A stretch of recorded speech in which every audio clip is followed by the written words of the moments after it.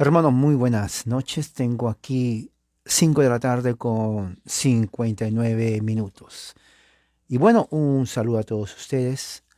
El tema que vamos a hablar hoy tiene que ver con el evangelicalismo y sus orígenes. He estado hablando en las últimas 2 semanas acerca del origen del evangelicalismo y créame de que hay mucho que aprender. Si usted es evangélico, si usted ha dejado otra religión por meterse en una de estas congregaciones o sectas evangélicas o inclusive pentecostales. Es bueno que usted sepa su origen. Muchos creen que el evangelicalismo viene de Jerusalén, pero es importante que usted sepa por una sencilla, básica, elemental razón. ¿De dónde es usted? Yo trabajo aquí en California, donde hay gente que viene de todas partes del mundo.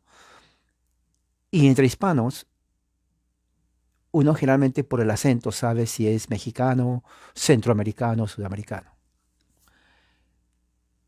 Si es mexicano, generalmente la pregunta es ¿de qué estado de México es? Es lo más natural.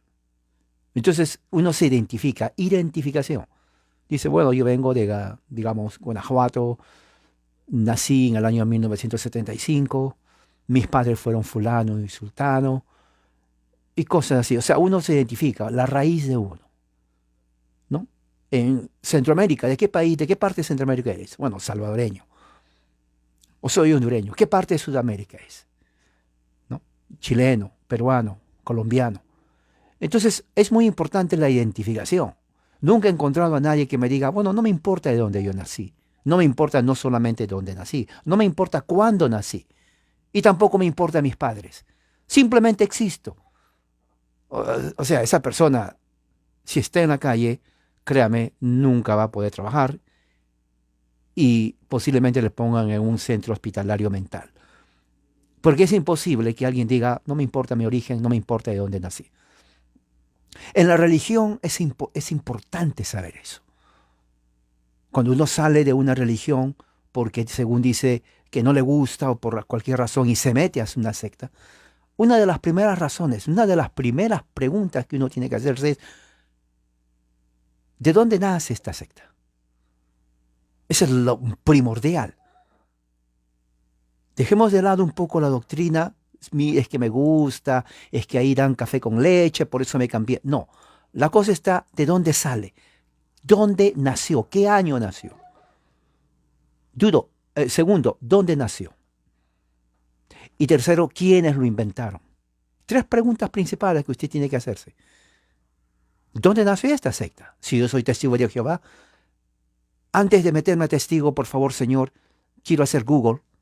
A ver, testigos de Jehová. Vamos a ver, usted, que ya está para hacerse testigo de Jehová, rápido pone para saber antes de que entre.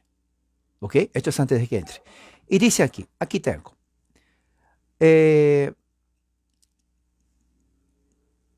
testigos de Jehová. Dice aquí, la secta conocida como los Testigos de Jehová comenzó en Pensilvania. ¿Dónde está Pensilvania? Bueno, no está en ninguna parte de Latinoamérica, está en los Estados Unidos, o sea, inglés. ¿En qué año? 1870. Ok, oh, no tiene ni 200 años. Y yo me voy a meter a una congregación o a una secta que tiene menos de 200 años. Nació en Estados Unidos. A ver, ¿quién fue el iniciador de esto? Bueno, fácil, ¿ok? Vamos. Y dice aquí Charles Taze Russell. ¿Quién fue este tipo? Yo nunca lo conocí. Bueno, vamos a ver. Este es un ejemplo. ¿Ok? Claro, porque usted quiere meterse testigo, usted ya no quiere ser católico romano porque el Papa, la comunión y cualquier cosa. Pero usted quiere ser testigo. Ya sabemos que nació en Estados Unidos. Ya sabemos que nació en 1870. Ahora vamos a ver el fundador. ¿Quién es Charles Larson? Una vez que usted sepa, entonces usted ya conscientemente, usted puede decir, sabiendo que nació en Estados Unidos, sabiendo que nació en Pensilvania, que yo no conozco ese lugar, ¿no? Usted dice, y sabiendo que fue Charles Russell, aún así no me importa lo que diga el vecino, mi mamá, mi papá, me voy a meter de testigo. Es su decisión. Pero vamos a ver quién es Charles Russell. Aquí está. La prestigiosa organización británica, dice así. Nació en 1852, murió en 1916. Fundador de la Asociación de Estudiantes de la Biblia, que prácticamente son los testigos de Jehová, los que van. Sí, somos estudiantes de la Biblia. Queremos saber a dónde va usted cuando se muera. O ya sabe que en estos momentos viene el Armagedón. Ya sabe que en estos momentos... Y le comienzan a hablar todo eso. Y la gente deja de desayunar y se pone a escucharle de buena manera a los testigos. Porque así es. Y dice aquí, Russell a los 20 años dejó el presbiterianismo. O sea, era presbiteriano. A los 20 años deja el presbiterianismo. No dice por qué. Bueno, aquí dice. Y luego también deja el puritanismo, una iglesia congregacional. Porque según él, en su mente no estaba de acuerdo con la idea de un infierno eterno y la misericordia de Dios. O sea, la opinión de este hombre, que no entendió la doctrina cristiana, un hombre americano que ni siquiera le importó nada de México, los mexicanos que son testigos, a este hombre no pensó en ustedes. Mexicano al grito de guerra, escúcheme, escúcheme, no se enoje. No pensó en México, no pensó en Centroamérica, ni en Centroamérica, ni Sudamérica. Es la verdad, ¿ok? Pero sin embargo él no entendió la misericordia de Dios como un infierno. Esa es la secta, este es el originador de esta secta. Y luego, ¿qué más? Él es el hijo ideológico de William Miller. ¿Quién es William Miller? Usted no sabe, pero se lo voy a decir. Él es el fundador de los adventistas. Sí, de los adventistas. Entonces él fue discípulo, pero como nunca se realizó sus profecías de que Cristo va a venir, porque nunca vino, entonces salen de ahí. Y dice, bueno, a mí me gusta la profecía. Y comienza a poner fechas. Entonces, para hacerla cortita, ¿no? Esta es la forma como usted, antes de meterse en una secta. Oh, es que a mí me hablaron de los mormones. ¿Y qué vas a hacer?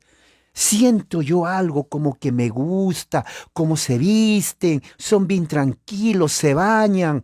Entonces yo quiero ser mormón. Bueno, pero antes que sea mormón, vamos a ver, con el milagro de la internet, el origen de la iglesia mormona. ¿Qué le parece? Sí, a ver.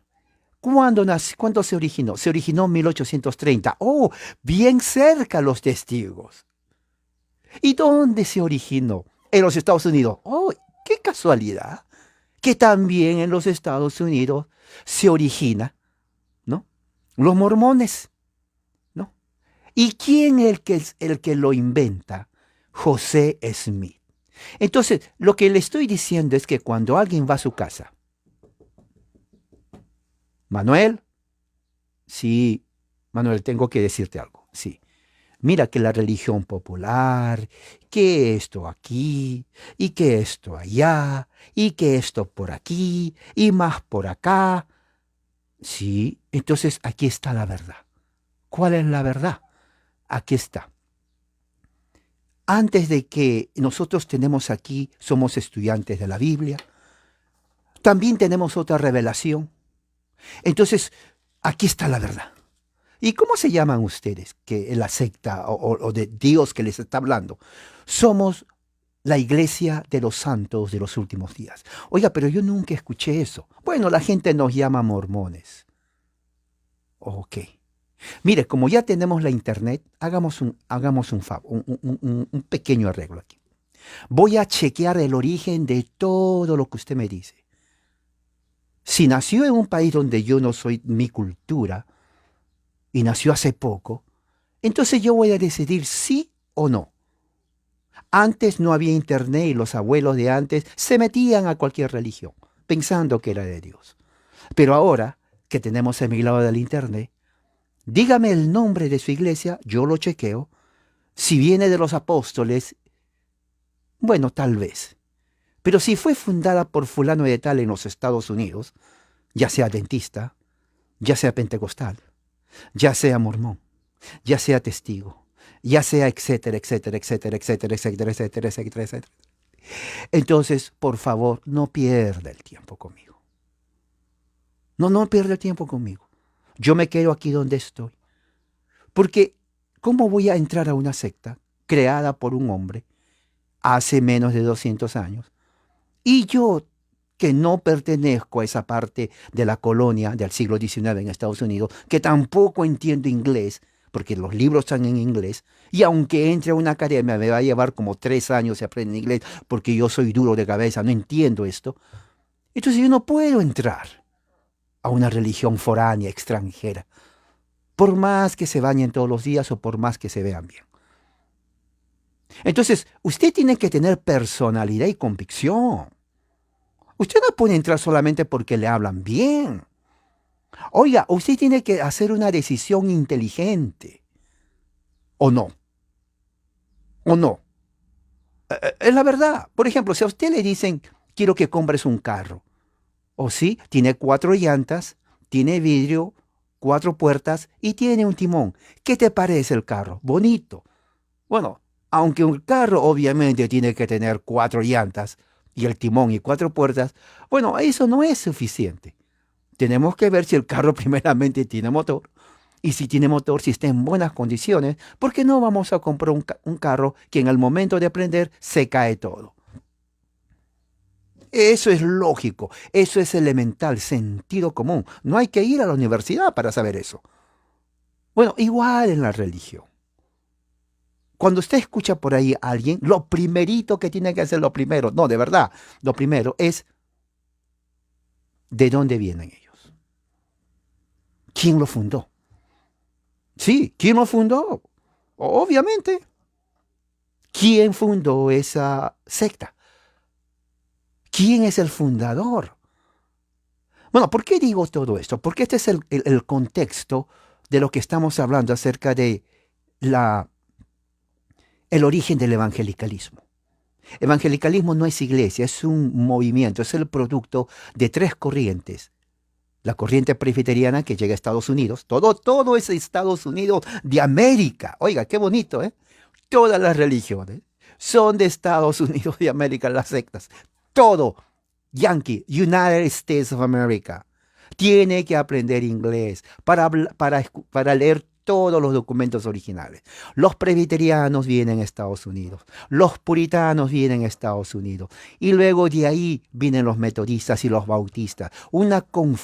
Se mezclan todos y como resultado de esa mezcla nace lo que se conoce como, dígalo, evangelicalismo. ¿Y qué pasa?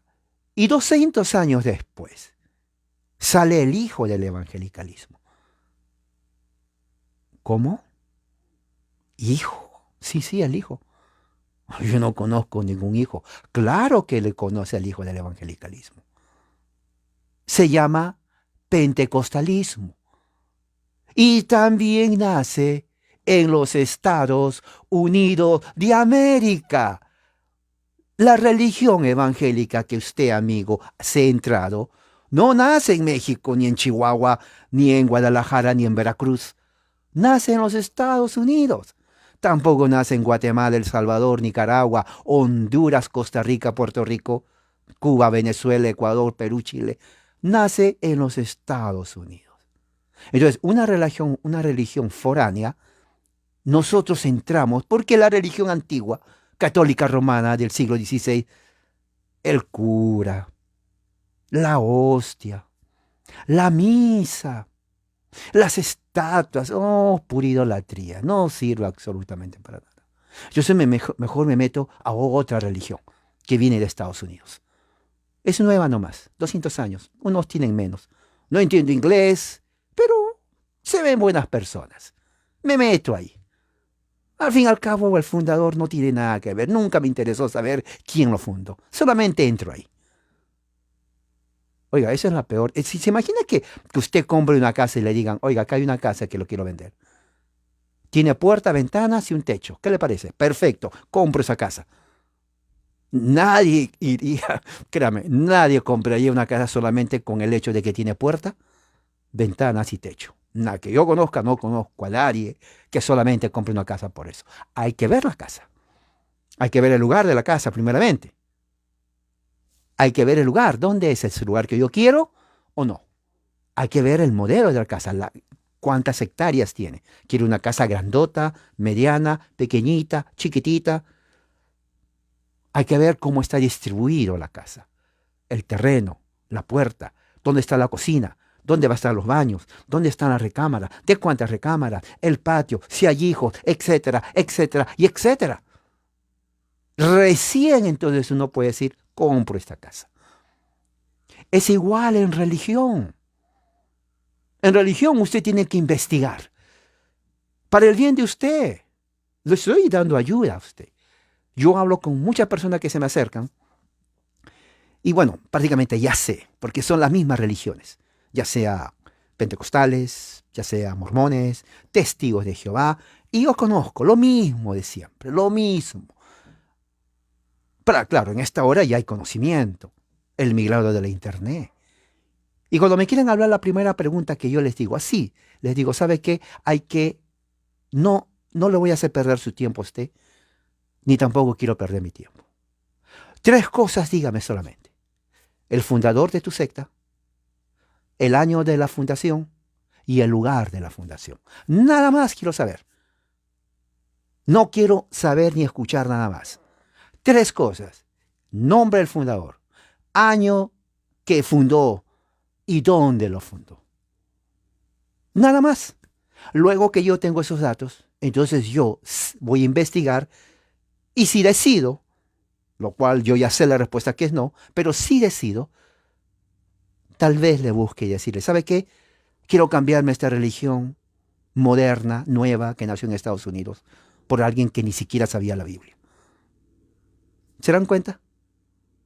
Eso es lo que usted debe hacer. Ahora, si usted hizo una decisión diciendo, pero es que yo en ese tiempo era crédulo, yo estaba pasando y no sé, me tocaron el corazón y mis emociones y no pensé, pero ahora ya pienso, ahora ya me doy cuenta.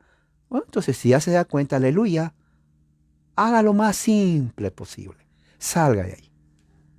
Es el mejor consejo. ¿Para qué? ¿Para qué? Pero es que me dijeron que si salgo me voy a condenar al infierno. Bueno, es como el vendedor de zapatos. Oiga, le vendo este par de zapatos. Bueno, déjeme pensarlo. No lo piense. Porque ya no hay otros zapatos como estos. ¿Cómo que ya no hay? No. O sea, va a encontrar muchos zapatos. Pero como estos zapatos no. Número 1, porque cuando usted se los pone a los pies, sus pies se van a sentir livianos. Cuando camine, va a sentir que está caminando en el aire. Si tiene dolores en los pies, callos, otras cosas, de una forma increíble el material del zapato va a hacer que desaparezcan esos dolores. Y número 4, la estética. Mire, qué bonito, el color. Y lo más importante, no es caro. Así que por lo tanto, se está llevando un zapato muy bueno, muy bonito y muy barato. Entonces la persona dice, wow, increíble. Sí. Pero aún déjame pensar, no, porque mañana estos zapatos ya no existen. Es hoy o nunca. Parece la canción de Elvis Presley, ¿no? Ahora o nunca. Bueno, en la religión es lo mismo. Le van a querer vender una idea.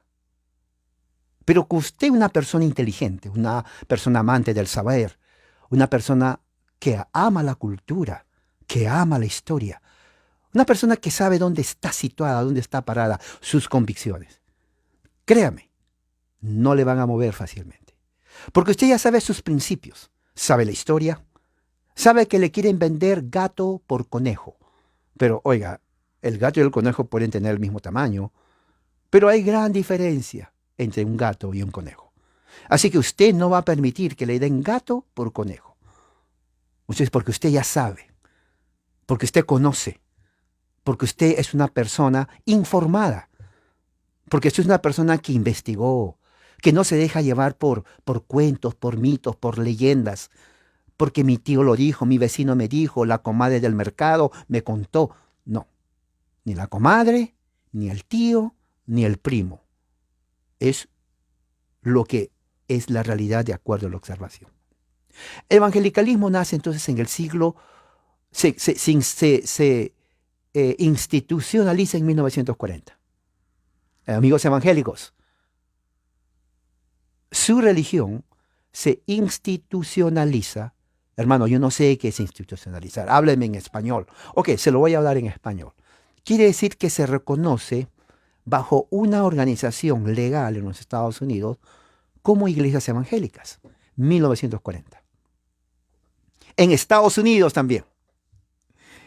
No en México, no en Guadalajara, no en Chihuahua, Michoacán, no, nada. Peor en Centroamérica, peor en Sudamérica. En los Estados Unidos de América. Todas las sectas evangélicas. 1945. Allí. De ahí, entonces viene aquí, ¿no? A todo México, Centro y Sudamérica.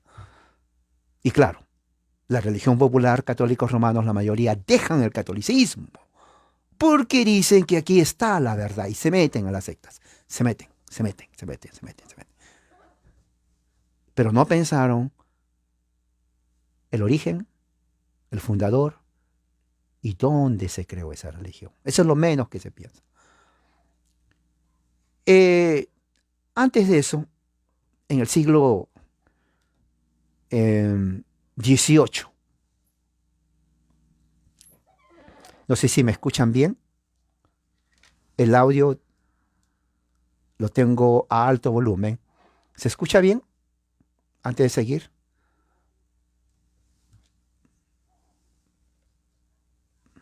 ¿Me puede decir alguien si me escucha bien? Lo tengo a alto volumen todo. ¿Sí?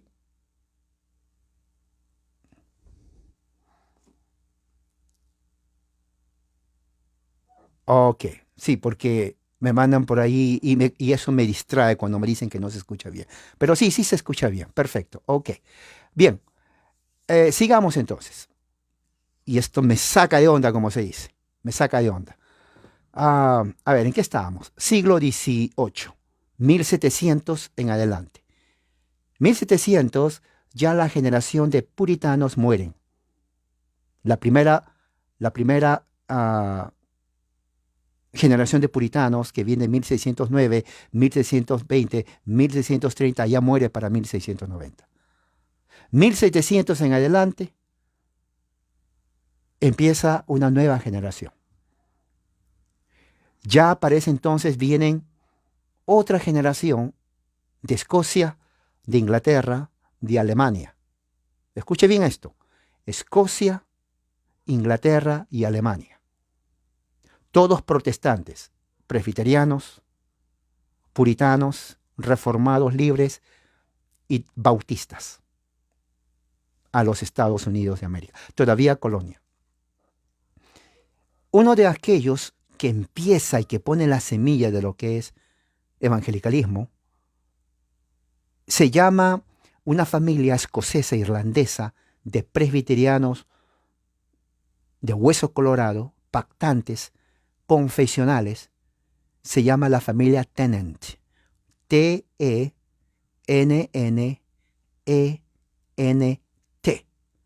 Tennent. ¿Ok? El reverendo William Tennent viene con toda su familia, 5 hijos, y los 5 se convierten en ministros presbiterianos. Ministros presbiterianos. Estamos hablando 1700, Pensilvania, las Américas, México, Centro y Sudamérica todavía bajo el virreinato español. Pero aquí en esta parte era diferente. No había virreinato español católico romano. Eran inmigrantes europeos, protestantes, presbiterianos, calvinistas, puritanos. Y también vinieron bautistas. Todavía era tierra virgen, vienen a prosperar, trabajar y vivir su fe.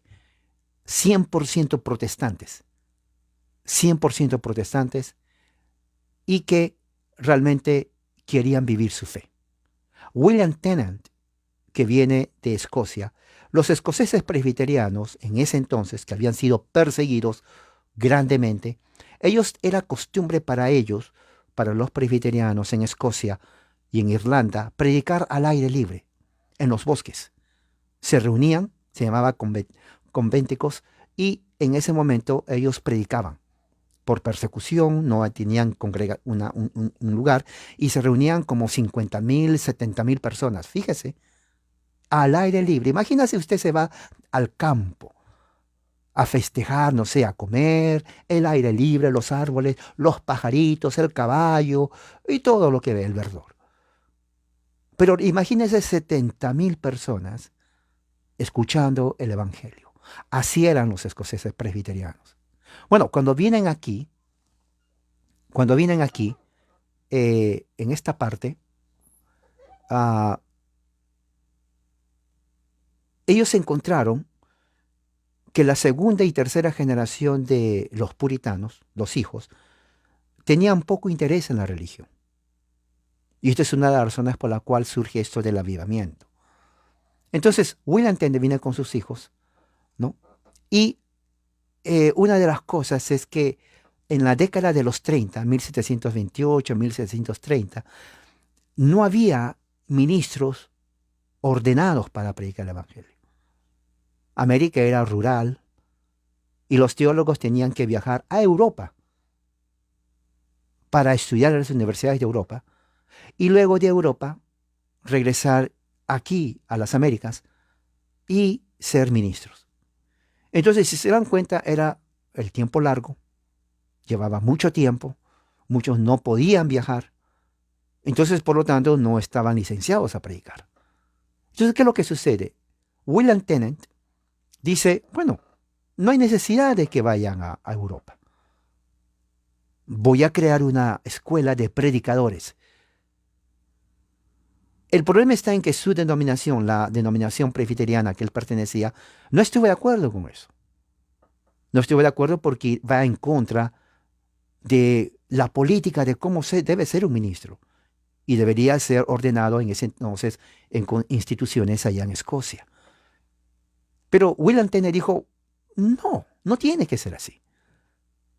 ¿Por qué mandarlos a Escocia cuando aquí pueden ser entrenados? Y él crea una escuela que se llama, en español, es la cabaña, la escuela de la cabaña, traducido.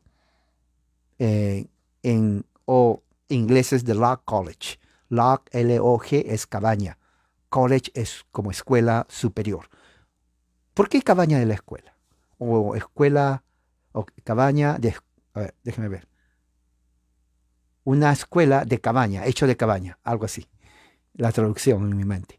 Bueno, porque estaba hecho justamente de árboles. De árboles, cortaban árboles y hacían así. ¿Ustedes han visto la serie La Casa de la Pradera?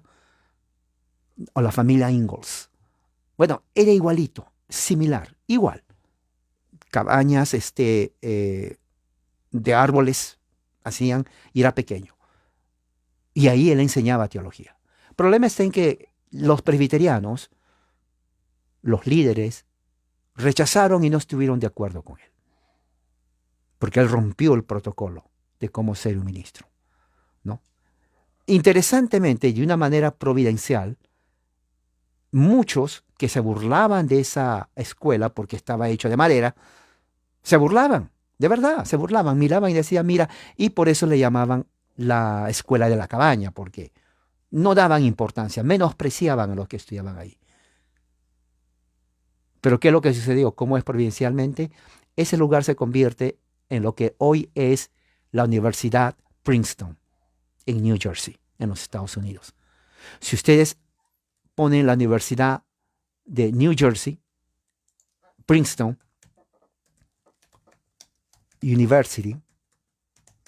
Universidad, aquí está, fundada en 1746, porque en 1746 fue fundada justamente por presbiterianos y nace justamente de una cabañita chiquita, más o menos de yo creo que el tamaño de esta recámara donde yo estoy, con madera. Y ahora es una universidad, una de las más famosas, no solamente de Estados Unidos, sino a nivel mundial. Fíjese. Entonces, de allí, de estos presbiterianos, de la familia Tennent presbiteriano, es donde surge lo que décadas después, se constituye en el primer avivamiento. ¿Por qué? Porque William Tennent tenía la idea de que ahora no se tiene que limitar solamente al estudio del catecismo y de los credos y las confesiones y ser muy metódico, porque eso no va a ayudar. Escocia es Escocia, Europa es Europa. Estamos ahora en este nuevo continente. Entonces, ¿qué es lo que hace? Su mensaje es preparar a evangelistas. Evangelistas. O sea, preparar personas, ¿no?, a que prediquen el evangelio itinerante, o sea, viajando. Eso nunca se enseñó. Esta era la primera vez que alguien tiene esas ideas en los Estados Unidos, pero no en Escocia. Pero entonces, ¿qué es lo que sucede? El cuerpo de ancianos del presbiterio rechazaron eso. Pusieron mucho objeción, porque Tennant, ¿no?, enfatizaba la conversión personal. Fíjese, ¿le suena algo eso? Conversión personal, decisión por Cristo, ¿no? Uno tiene que tener un encuentro personal con Cristo. Fíjese, ese lenguaje no es presbiteriano. ¿Qué más enseñaba él? Él enseñaba que uno tenía que tener el trabajo de la gracia en el corazón. O sea, el Espíritu Santo tiene que trabajar en el corazón. Algo interesante, porque los mormones piensan algo similar. Nomás tomen en cuenta. No digo que es lo mismo, pero algo similar. ¿Qué más? Y luego tenían que salir a predicar.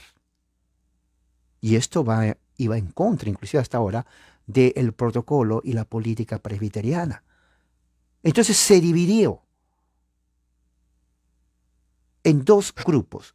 El presbiterianismo original, conservador, que se llamaba la Antigua Luz, y el presbiterianismo de ese entonces moderno, innovador, la Nueva Luz. William Tennant, obviamente, era parte de los que representaban la nueva luz del presbiterianismo. Los otros se quedaron estancados, diríamos, en su tradición, y ellos son la antigua luz. Y por más de 30, 40 años hubo una división en el presbiterianismo. Es más, ahora el presbiterianismo está dividido en cantidad de sectas. Cantidad. No solamente son 2 o 3, son cantidad. Es increíble. Pero aquí se dividen por eso. O sea, William Tennant y sus hijos no es que rechazaron, sino que dijeron que no es suficiente. Que tiene que... En 1741 se divide el presbiterianismo en los Estados Unidos de América. Se divide, ¿no?, en las colonias. Y allí es donde estaba y surge lo que se llama el primer avivamiento, en la parte de Pensilvania, ¿no? Entonces, ¿qué es lo que sucede? Esta controversia, ¿no?, en cuestión de las creencias que estaban enseñándose en la escuela de la cabina, o la escuelita que hizo de madera, ¿no?, trajo una división tremenda, y se unieron al grupo de la nueva luz de presbiterianos, metodistas, inclusive bautistas, y muchos puritanos congregacionales que estaban de acuerdo con eso. O sea, ellos se unieron porque decían que mucha confesión, mucho formalismo mata.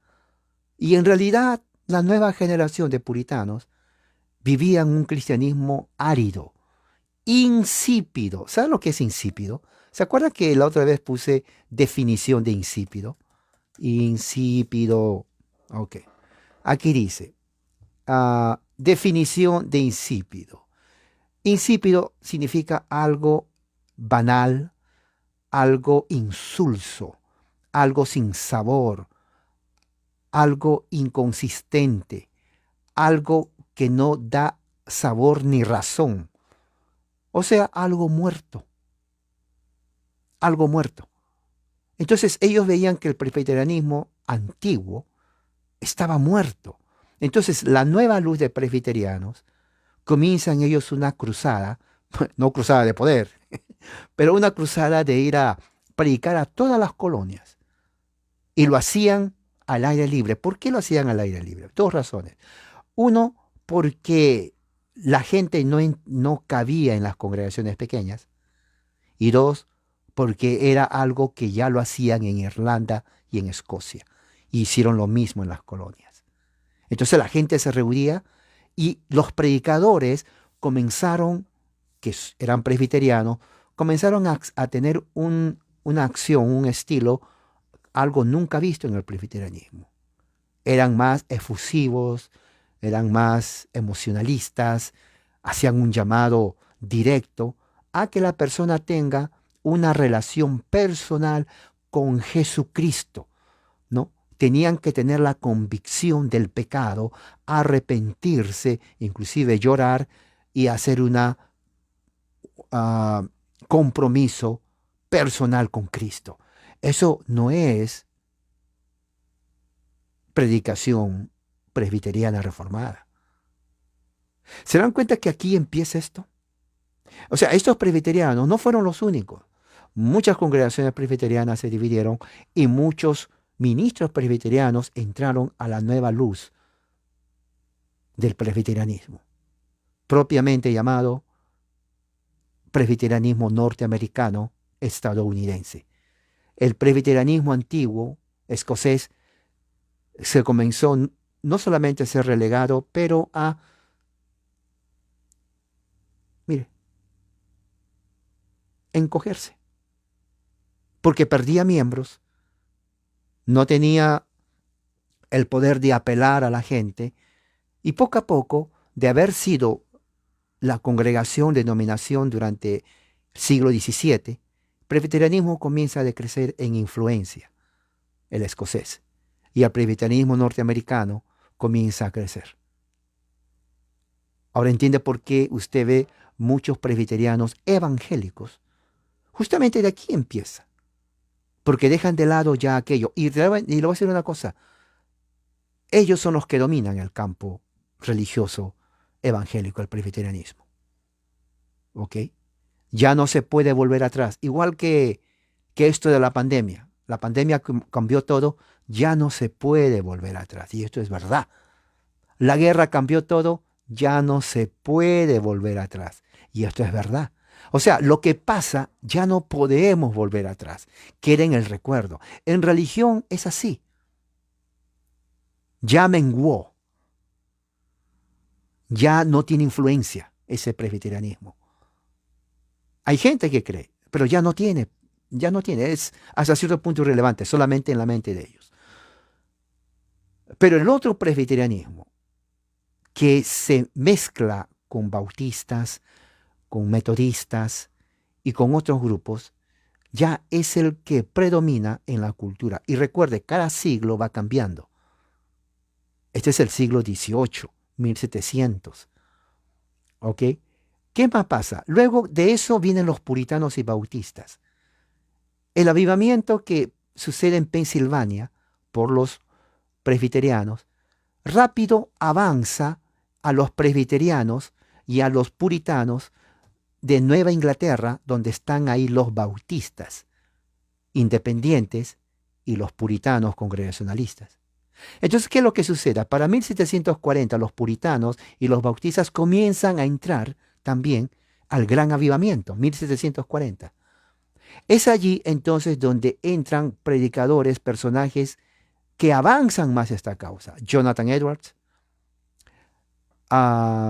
el otro es Whitefield, George Whitefield, y los hermanos John and Charles Wesley. Jonathan Edwards, americano, norteamericano, nace acá. Whitefield y los Wesleys, ellos vienen de Inglaterra, metodistas. Whitefield era calvinista, anglicano, y muy calvinista realmente.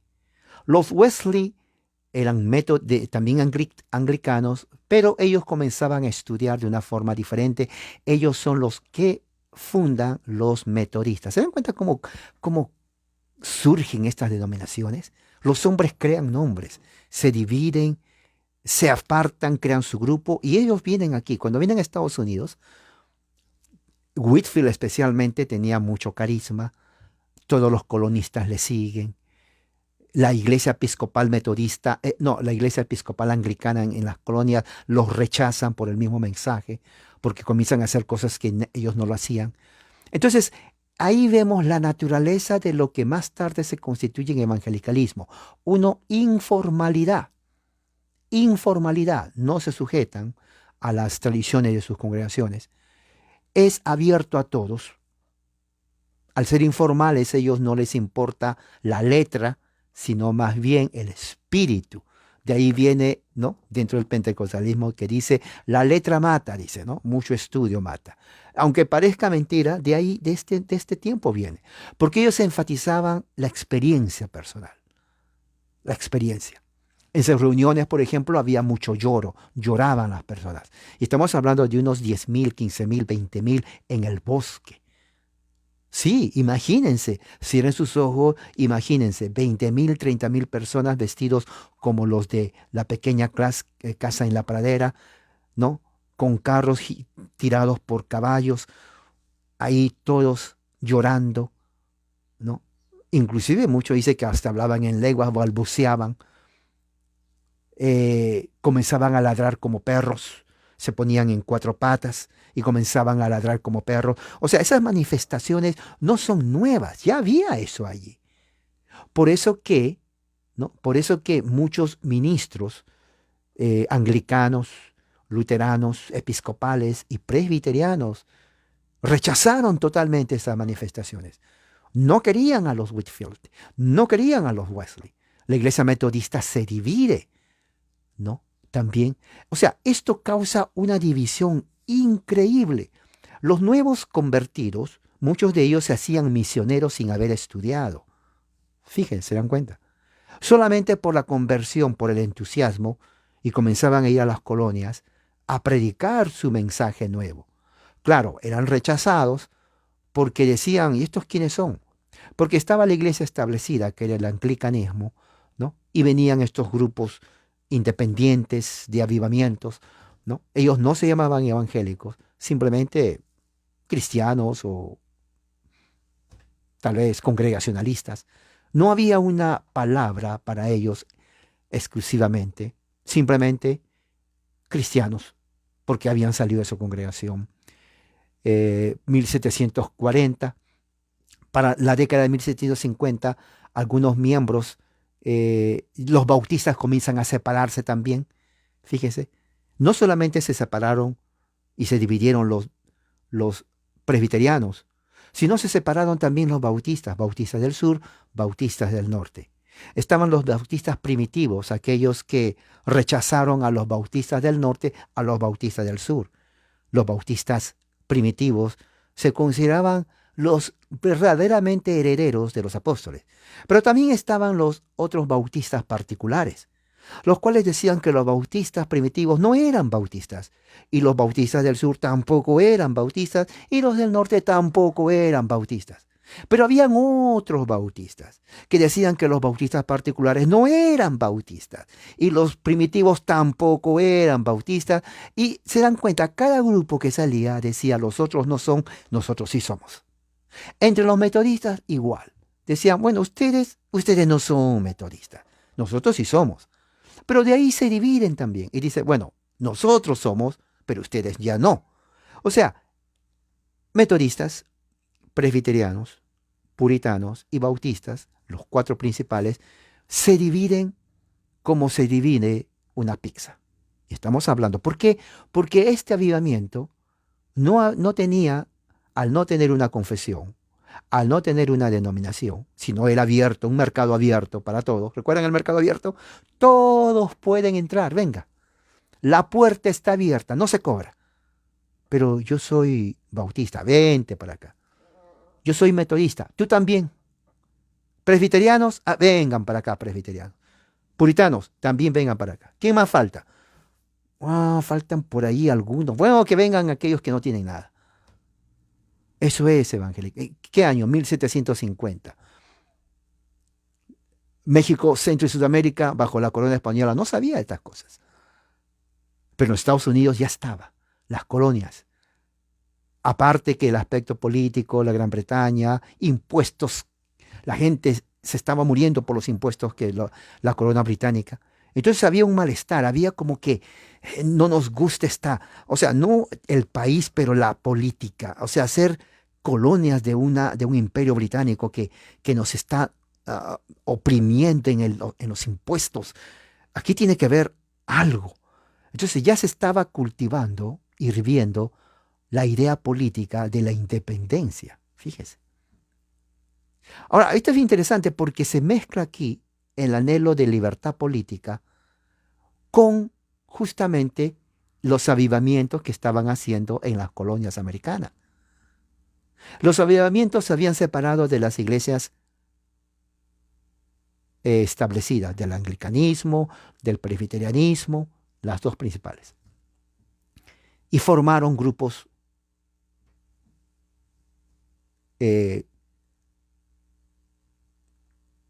independientes. ¿Qué más? Esto va de a la mano con el problema económico y político que estaba pasando.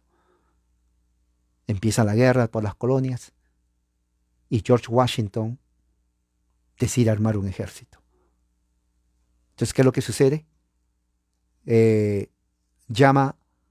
Estados Unidos, las colonias no tenían ejército porque eran separados. Entonces, ¿quién se va a meter a un ejército cuando están separados las colonias? La única razón que los unió fue la libertad política de Gran Bretaña. Querían ser una nación soberana y hacen un llamado a unirse para pelear la guerra continental. ¿Quiénes eran los que entraron? No había soldados.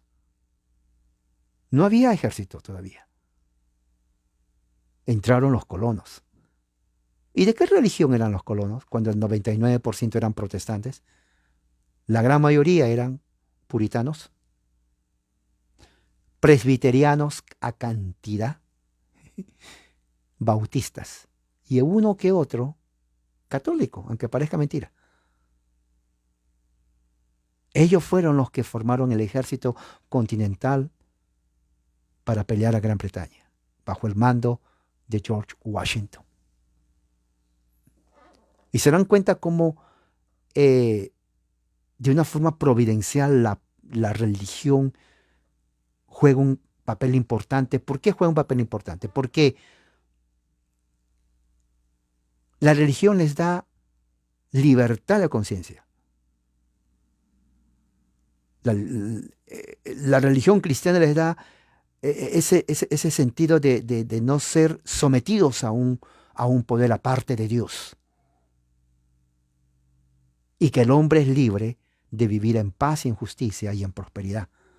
De ahí vienen las ideas de la Constitución de Estados Unidos. Fíjese. Entonces se dan cuenta cómo va entrelazado la teología puritana, presbiteriana, inclusive bautista, calvinista, que entra en la Constitución y en la Declaración de Independencia de los Estados Unidos de América. Y la mayoría no sabe eso. No saben. Ellos piensan que, esto es algo solamente político. No, es que política y religión nunca estuvieron separados en la creación de Estados Unidos. Y justamente se crea en el tiempo del primer avivamiento. Los evangélicos de Nueva Inglaterra, los protoevangélicos de Nueva Inglaterra, entonces comienzan a crecer. No eran muchos.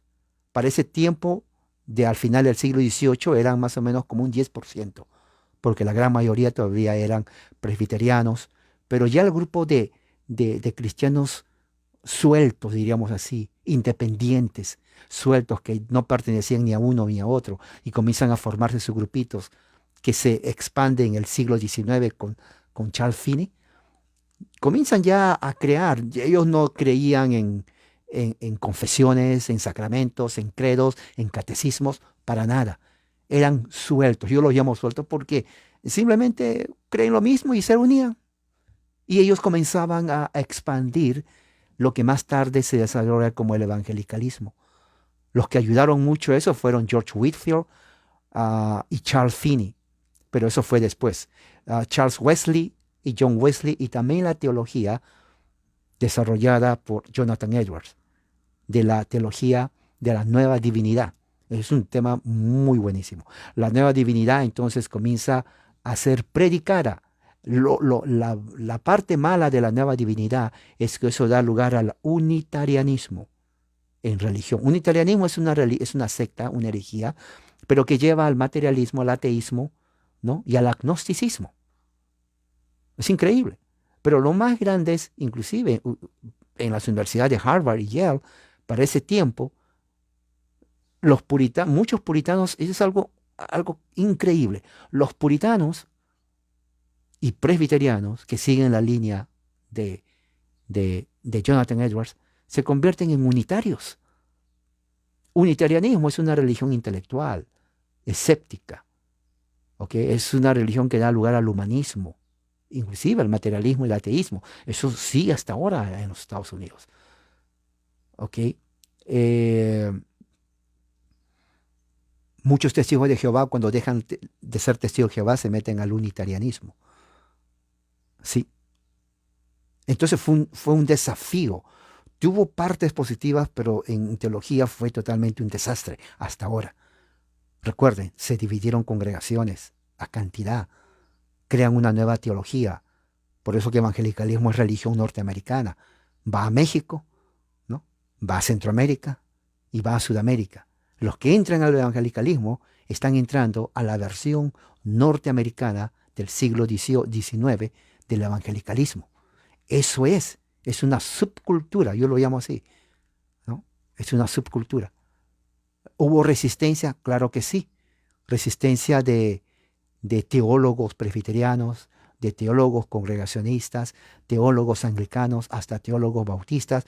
¿Por qué? Porque en sus reuniones había desorden. Ahora ya se dan cuenta qué grupo hace el desorden. De aquí viene. Había desorden. Era un caos. Era un caos. No había orden absolutamente en nada. Cada uno era su autoridad, ¿no? Ellos mismos se autoposicionaban con autoridad que no tenían. E iban a muchas colonias a predicar mensajes que ellos no tenían la autoridad de predicar. ¿Ok? Entonces, la iglesia establecida los rechazaba, ¿no? Porque, oiga, quienes vienen a crear caos en el orden público, ¿no? Pero esto era la naturaleza de aquellos predicadores del avivamiento que más tarde se convierten en los predicadores evangélicos, ¿no? Y muchos entraban y su apelativo, o ellos apelaban a que la religión establecida había perdido su poder espiritual, no tenían la gracia de Dios y estaban muertos y no inspiraba. ¿Quiénes dicen eso hoy en día? Exactamente, grupos pentecostales. Pero lo interesante está en que este argumento lo usó José Smith para crear el mormonismo. Lo creó Charles Russell para crear los testigos de Jehová. Y lo crearon también Elena de White para crear el sabatarianismo en el adventismo. O sea, todo esto no es nuevo, todo viene esto de aquí. Eso es cierto, es el mismo argumento.